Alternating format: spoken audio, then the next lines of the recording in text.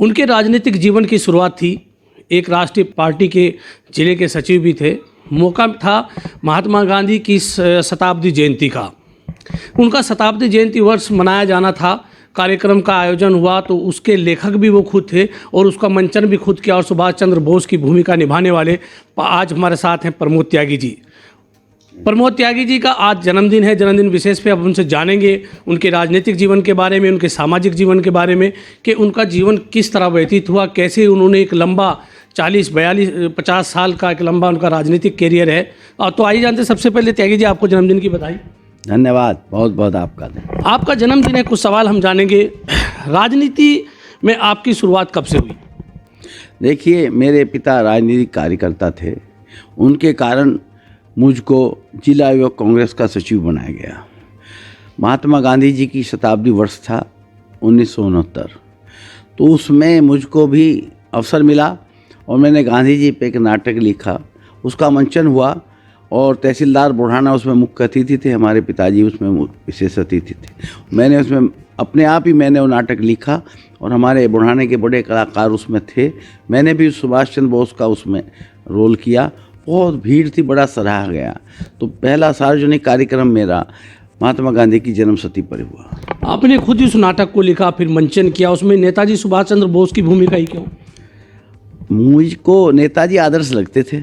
महात्मा जी की जन्म शताब्दी थी। नेताजी का भी महात्मा जी के जीवन में एक महत्वपूर्ण रोल है। और सबसे पहले महात्मा गांधी को बापू जिसने कहा वो नेताजी सुभाष चंद्र बोस ही थे। तो सुभाष चंद्र बोस के बिना महात्मा जी का जीवन परिचय अधूरा रहता। और मैं सुभाष चंद्र जी से प्रभावित रहा हूँ, नेताजी से, तो मैंने स्वयं वो रोल अपने आप करना उचित समझा।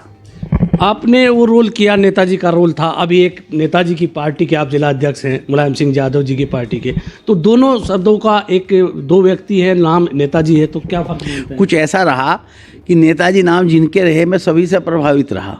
नेताजी सुभाष चंद्र बोस तो हमारे रोल मॉडल हैं देश के। उसके बाद राजनारायण जी को नेताजी कहा गया, उनको भी मैं पसंद करता था। सही मायने में विपक्ष के वो क्रांतिकारी विपक्षी नेता थे।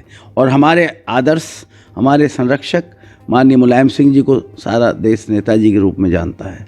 तो मुझको तो ये सौभाग्य मिला, एक नेताजी रोल मॉडल थे और दो नेताओं का मुझे आशीर्वाद मिला है। ये मैं अपना सौभाग्य मानता हूँ। तो अपने राजनीतिक जीवन की शुरुआत एक युवा अवस्था में ही कर दी थी, तो अगर राजनेता ना होते तो क्या होता? अगर मैं राजनीति में ना आता तो सही मायने में राजनीतिक व्यक्ति नहीं हूँ, मैं साहित्यिक व्यक्ति हूँ। मेरी रुचि लिखने पढ़ने में अभी भी बहुत ज़्यादा है। मैं हॉकी खेलता था, यूनिवर्सिटी की टीम में रहा और कहानियाँ लिखता था। निहारिका में, सारिका में मेरी कहानी छपी हैं। उपन्यास मैंने लिखा है, कविता संग्रह मेरे, एक उपन्यास अभी मेरा पब्लिकेशंस में दिल्ली है। तो मैं तो साहित्यिक व्यक्ति हूँ मूलतः। अब साहित्य के साथ साथ अवसर से मुझे राजनीति में भी आने का मिला। अब जो कुछ भी सेवा मैं कर पा रहा हूँ उसकी प्रयत्न करता हूँ। आप साहित्यिक भी हैं, साहित्यकार हैं, और दूसरा आपने हॉकी का खेल आपने खेला है, तो किस साहित्यकार से आप सबसे ज़्यादा प्रभावित हैं? देखिए, मुंशी प्रेमचंद, शरद चंद्र, ये सामाजिक संरचना के उपन्यासकार थे। सबसे पहले इन्हीं को पढ़ते हुए मैक्सिम गोर्की की माँ मैंने उपन्यास पढ़ा, हिंदी उसका अनुवाद, सबसे उनसे मैं बहुत प्रभावित हुआ। और हमारे जो फणीश्वरनाथ रेणु और ये कृष्णचंद्र, कई उपन्यासकार थे जिनका मेरे पे बहुत प्रभाव पड़ा। लेकिन प्रेमचंद जी और शरद चंद्र जी मेरे जीवन में मूलतः बदलाव लाने वाले रहे। तो आप साहित्य में आपने कई किताबें लिखी हैं, कोई साहित्य लिखे हैं, तो कौन कौन से वो साहित्य जिनको आपने लिखा? मैं ज़्यादातर ऐतिहासिक पुस्तक लिखी, प्रथा की व्यथा, करण की व्यथा। एक निहारिका में मेरी एक कहानी बहुत प्रकाशित तो कहीं हुई, लेकिन कहानी चीनी जूते एक मैंने लिखी थी, उस पर मुझको पुरस्कार भी मिला था। वो हमेशा मेरे स्मरण में रहेगी। कहानी थी चीनी जूते। चीनी जूते आपने लिखी, क्या उसका एक था, उसका सार एक असल वो चीनी जूते से मकसद चीन के जूतों से नहीं था। चीनी जूते से मतलब खाने वाली चीनी और पहनने वाले जूते से था। एक गरीब बच्चा है, उसने कभी जूते नहीं उसको मिले थे खाने को, उसको कभी चीनी के दर्शन नहीं हुए थे। बहुत गरीब गुड़ और शक्कर वो खाता रहा। उसको अवसर ऐसा मिला कि उसको जूते पहनने का अवसर और चीनी, उसका मैंने चित्रांकन किया था अपनी कहानी में। और बहुत भावनाप्रद वो लोगों ने मानी और निहारिका ने उस कहानी को पुरस्कृत भी किया था और मैं बहुत उस कहानी के पुरस्कार की बात कभी भूल नहीं पाता हूँ। ये मेरे ख्याल से 75 और 74 के करीब की बात रही है, तब वो मेरी कहानी पुरस्कृत हुई थी। तो आप अध्यक्ष जी हॉकी खेलते थे, तो कौन सा हॉकी का खिलाड़ी आपका सबसे पसंदीदा था? अरे तो कहने की बात थी, मेजर ध्यानचंद सबके आदर्श थे। ध्यानचंद जी और केडी सिंह बाबू और इंदर और हरविंदर, इन चारों खिलाड़ियों से मैं कभी फॉरवर्ड नहीं खेला, सेंटर हाफ खेलता था। लेकिन ध्यानचंद जी, केडी सिंह बाबू, बलबीर सिंह सीनियर और हरविंदर सिंह, इन चारों खिलाड़ी मेरे आदर्श रहे हैं। तो आपका इतना लंबा राजनीतिक और सामाजिक जीवन है, तो क्या आप अपने राजनीतिक जीवन से पूरी तरह संतुष्ट हैं? देखिए, मुझे ये राजनीति करने का उत्तराधिकार में मिला। मेरे पिताजी का भी हमेशा सेवा भाव रहा, वो राजनीतिक से ज़्यादा सामाजिक थे। मैं भी राजनीतिक कार्यकर्ता के साथ साथ अपने को सामाजिक कार्यकर्ता मानता हूँ। जितने लोगों की मैं राजनीति में रहते उनके किसी दुख की मदद कर सकता हूँ तो मुझको संतुष्टि मिलती है। हो सकता है मैं विधायक और सांसद ना बनाऊँ, हो सकता है आगे भी ना बन पाऊँ या ईश्वर के आशीर्वाद से मेहनत से बन जाऊँ, लेकिन जो संतुष्टि मुझको किसी गरीब ज़रूरतमंद की मदद करने से मिलती है उतनी पद से भी नहीं मिलती। मुझको बहुत मौके भी मिले हैं, बहुत से, अभी मैं विधायक नहीं बन पाया, ये अवसर की भी बात है। तो आप बहुत लंबे समय से वकालत के पेशे से जुड़े हैं, बार संघ के अध्यक्ष भी आप बहुत बार रहे हैं, तो कोई एज ए क्रिमिनल वकील आप रहे हैं, तो कौन सा ऐसा केस है जिसको आपने पीड़ित को न्याय दिलाया हो कोर्ट के माध्यम से, आप संतुष्टि पाते हो? देखिए, ऐसे तो बहुत केस हैं, क्योंकि जो न्यायमूर्ति, न्यायाधीश अपना फैसला सुना देता है उसके बारे में बहुत तर्क वितर्क करना हमारे लिए उचित नहीं है।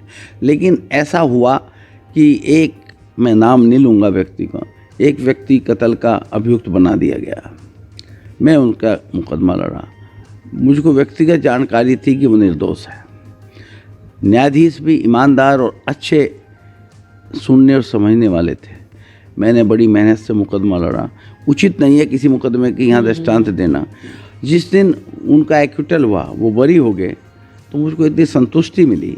आज भी मैं ऐसे कोई आ जाता है मामला तो अंदर से संतुष्ट महसूस करता हूँ कि मैंने इस प्रोसीजर में जो आज है हमारी न्याय व्यवस्था का, उसमें अगर किसी को न्याय दिला दिया तो बड़ी बात है। 5 दशक तक आप राजनीति में रहे हैं, अनेक राजनीतिक आंदोलनों में आपने भाग लिया होगा, तो कौन कौन से आंदोलनों में आपने भाग लिया, एक संघर्ष किया, आप जेल गए? सबसे पहले मैं 1971 में कम्युनिस्ट पार्टी का कार्यकर्ता था। कम्युनिस्ट पार्टी ने, वहाँ के श्रीपाद अमर डांगे कम्युनिस्ट पार्टी के अध्यक्ष थे, राजेश्वर राव महामंत्री थे, उन्होंने भूमि हत्याओं आंदोलन चलाया था। इंदिरा गांधी जी देश की प्रधानमंत्री थी। तो हमारी ड्यूटी लगी, हम हिंडाल्को फार्म मिर्ज़ापुर में है कि उसको कब्जाना है। हम बहुत साधारण आदमी थे, कम्युनिस्ट पार्टी के सेक्रेटरी थे उन दिनों धीर सिंह शास्त्री जी, अभी भी जीवित हैं वो, और हम वहाँ तक पहुँच गए और हम मिर्ज़ापुर की जेल में रहे। सबसे पहली मेरी जेल यात्रा थी। मैं बड़े लाड प्यार से पला था, वहाँ बड़ा कष्ट का जीवन रहा कुछ दिन रहने का। तो रहा तो मैं कुछ ही दिन वहाँ, लेकिन वो पहली जेल यात्रा थी और कष्टदायी थी। छोटी जेलें थी, बहुत 5 फुट ऊँची बैरक थी, शौचालयों पर दरवाजे नहीं थे, गंदे शौचालय थे, गरीब लोग बहुत थे और मैंने ऐसा जीवन में अनुभव नहीं किया था। तो सबसे कटु अनुभव रहा। उसके बाद तो मैं माया त्यागी आंदोलन में 1980 में 1 महीने से भी ज़्यादा मुजफ्फरनगर जेल में रहा हूँ। बहुत जेलों में मुझे आंदोलनों में जाने का मौका मिला। शरीर पर लाठियाँ भी बहुत बार पड़ी। जब भी संघर्ष की आवश्यकता पड़ी मैंने उसमें सक्रिय योगदान देने की हमेशा प्रयत्न किए हैं। कोई ऐसा समय, एक क्षण आता है, कभी कभी लगता है कि मुझे सियासत में नहीं होना चाहिए था, कभी कोई ऐसा? बहुत बार लगता है। मैं अभी आपसे कह रहा था कि मैं राजनीतिक व्यक्ति तो हूँ, लेकिन राजनीतिक रुचि का व्यक्ति नहीं हूँ। मेरी रुचि साहित्यिक है और साहित्यिक व्यक्ति थोड़ा भावुक होता है। कई बार जब मैं किसी की मदद नहीं कर पाता और ये मानता हूँ ये मदद के काबिल है, तो मैं अपने आप को असहाय अनुभव करता हूँ, तब मेरा साहित्य रुचि जाग जाती है। मैं पत्रकारिता का भी कोर्स किया है, आपको मालूम, पत्रकारिता में मेरी रुचि है। तो राजनीति तो मेरे गौण विषय था। सबसे पहले मैं साहित्यिक था, पत्रकारिता में रुचि थी। स्पोर्ट्समैन की तो चलो एक आयु होती है। अब जो तीसरे नंबर की मेरी रुचि थी वकालत के साथ, हाँ, वकालत से ज़्यादा प्राथमिकता मैंने राजनीति को सदैव दी है। अब ये मेरा अच्छा निर्णय था या गलत, ये तो जब कभी जीवन की समाप्ति पे कुछ लोग इसकी आलोचना करेंगे तब पता लगेगा क्या रहा। हाँ। राजनीति में आप हैं, कोई ऐसा संस्मरण, कोई ऐसा वाक्य मैं आपसे जानना चाहता हूँ जो आपको हमेशा याद रहता हो। राजनीति में मैं एक बार हेमवती नंदन बहुगुणा जी उत्तर प्रदेश के मुख्यमंत्री थे। मैं कहता हूँ राजनीतिक संभावना आज क्या राजनीति होगी। हम कम्युनिस्ट पार्टी में थे, हमने कम्युनिस्ट पार्टी के नौजवान सभा के कार्यकर्ता के रूप में, वो मुख्यमंत्री थे उत्तर प्रदेश के, आंदोलन किया। बहुत गर्मी में हम विधानसभा पे पहुँचे तो उन्होंने 15 आदमियों का डेलीगेशन बुला लिया, उनमें सौभाग्य से मैं भी था। तो बहुगुणा जी को हमने अपना मांग पत्र दिया। वो कितने व्यवहार कुशल व्यक्ति थे, उन्होंने कहा बहुत अच्छे, हमारी 15 की 15 मांगों को उन्होंने कहा बहुत अच्छे, बहुत अच्छे। हमने कहा तो बहुत बड़ी बात होगी।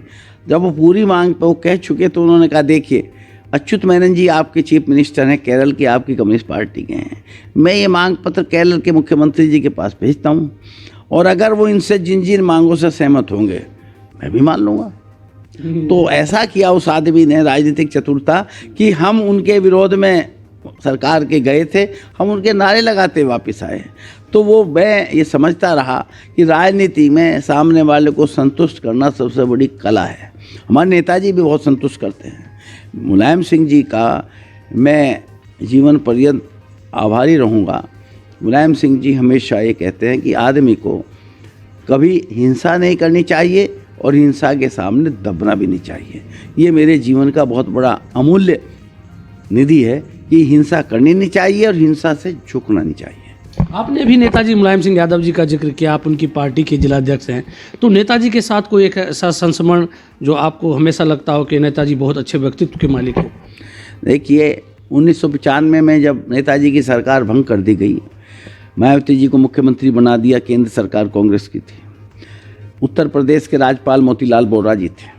उन्होंने एक आरक्षण पर, उत्तरांचल नहीं था तब तक, लेकिन पहाड़ी एरिया के लिए विशेष आरक्षण किया। हमारी पार्टी उस विशेष आरक्षण के पक्ष में नहीं थी। नेताजी ने उसके विरोध आंदोलन का आह्वान कर दिया। वोरा जी ने पूरे उत्तर प्रदेश को पूरी छावनी बना दी। दिसंबर की सर्दी की रात थी, बारिश हो रही थी, बहुत मुश्किल से लुक छिप कर मैं भी लखनऊ पहुंचा, 2-3 मेरे साथी और पहुंचे। रात को हम नेताजी की कोठी पे गए, कुल 200 आदमी इकट्ठे हो पाए, इतनी फोर्स, इतनी इंतजामात थे। तो नेताजी एक एक आदमी को उठा के अपने हाथ से खाना खिलवाया, उसको रजाई दी अपने मकान पर, जैसे बाप अपने बच्चे की देखभाल करता है। उस तरीके का व्यवहार मुलायम सिंह जी का हम लोगों के साथ रहा, वो मैं कभी भूल नहीं पाता हूँ। कितनी आत्मीयता अपने कार्यकर्ता के प्रति नेताजी के अंदर है। अगर सभी नेता इस तरह आत्मीयतापूर्ण हो जाएं तो हमारे देश का ढांचा बहुत बदल जाएगा। अभी आप जिलाध्यक्ष हैं, आपकी पार्टी के राष्ट्रीय अध्यक्ष अखिलेश यादव जी हैं, आप उनके साथ काम कर रहे हैं, तो अखिलेश यादव जी को एक नेता के तौर पर आप किस तरह देखते हैं? अखिलेश यादव भारत के भविष्य हैं। उनकी विनम्रता, उनकी व्यवहार कुशलता, उनका अपने से बड़े के प्रति सम्मान, हम नेताजी के टाइम से राजनीति कर रहे हैं। तो हम उनकी पार्टी के केवल एक जिले के अध्यक्ष हैं, वो हमारे राष्ट्रीय अध्यक्ष हैं, मुख्यमंत्री रहे हैं, कई बार लोकसभा सदस्य रहे हैं, अब भी लोकसभा सदस्य हैं, इतने वरिष्ठ आदमी पदों के हिसाब से हैं।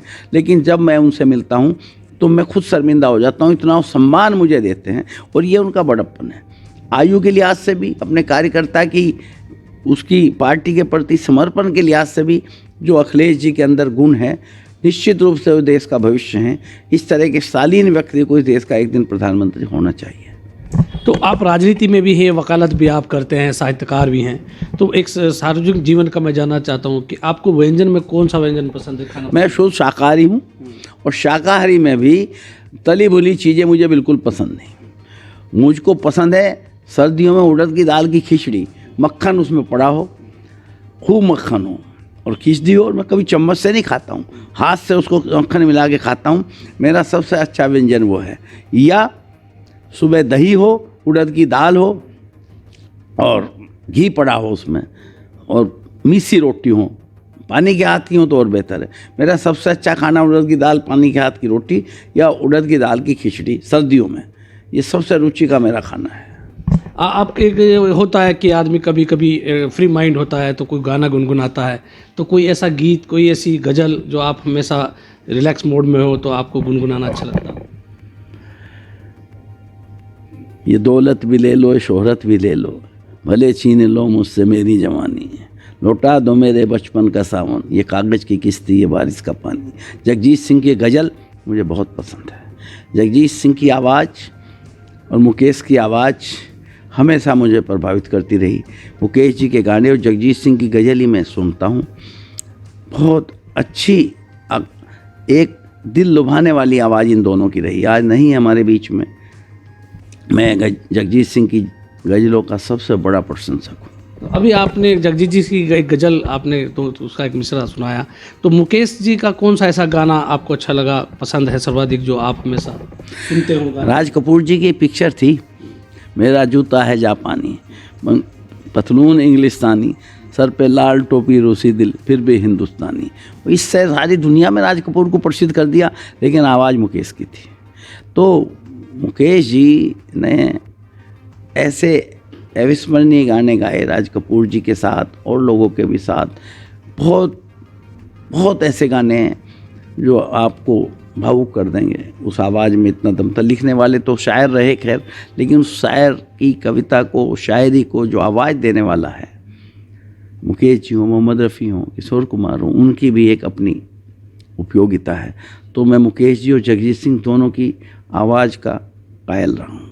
आज आपका जन्मदिन है। मेरा लास्ट सवाल आपसे होगा कि आप अपने राजनीतिक, सामाजिक और निजी जीवन से कितना संतुष्ट हैं? देखिए, जो आदमी अपने जीवन से संतुष्ट हो जाता है वो आगे नहीं बढ़ सकता। अगर आपको आगे बढ़ना है तो हमेशा और ज़्यादा सेवा करने के लिए भी ज़्यादा, मेहनत करने के लिए भी ज़्यादा। अगर आप संतुष्ट, कौन होता है? संतुष्ट तो मुर्दा होता है। अगर आप जीवंत हैं तो हमेशा जीवन में संघर्ष के लिए आगे बढ़ो, समाज के लिए आगे बढ़ो, अपने मिलने वालों के लिए आगे बढ़ो, अपने देश के लिए आगे बढ़ो, अपने क्षेत्र के लिए आगे बढ़ो। मैं तो ये कहता हूँ, आदमी जहाँ है जिस रूप में, जरूरी नहीं राजनीति में हो, जरूरी नहीं पत्रकार हो, जरूरी नहीं साहित्यिक हो, जरूरी नहीं संगीतकार हो। वो अध्यापक है तो अपने अध्यापन में, वो छात्र है तो अपनी शिक्षा ग्रहण करने में, अधिवक्ता है तो अपनी बेहतर वकालत में, जहाँ है वहाँ निरंतर आगे बढ़ने का प्रयास करे। यही जीवन का सबसे सुखद अनुभव है।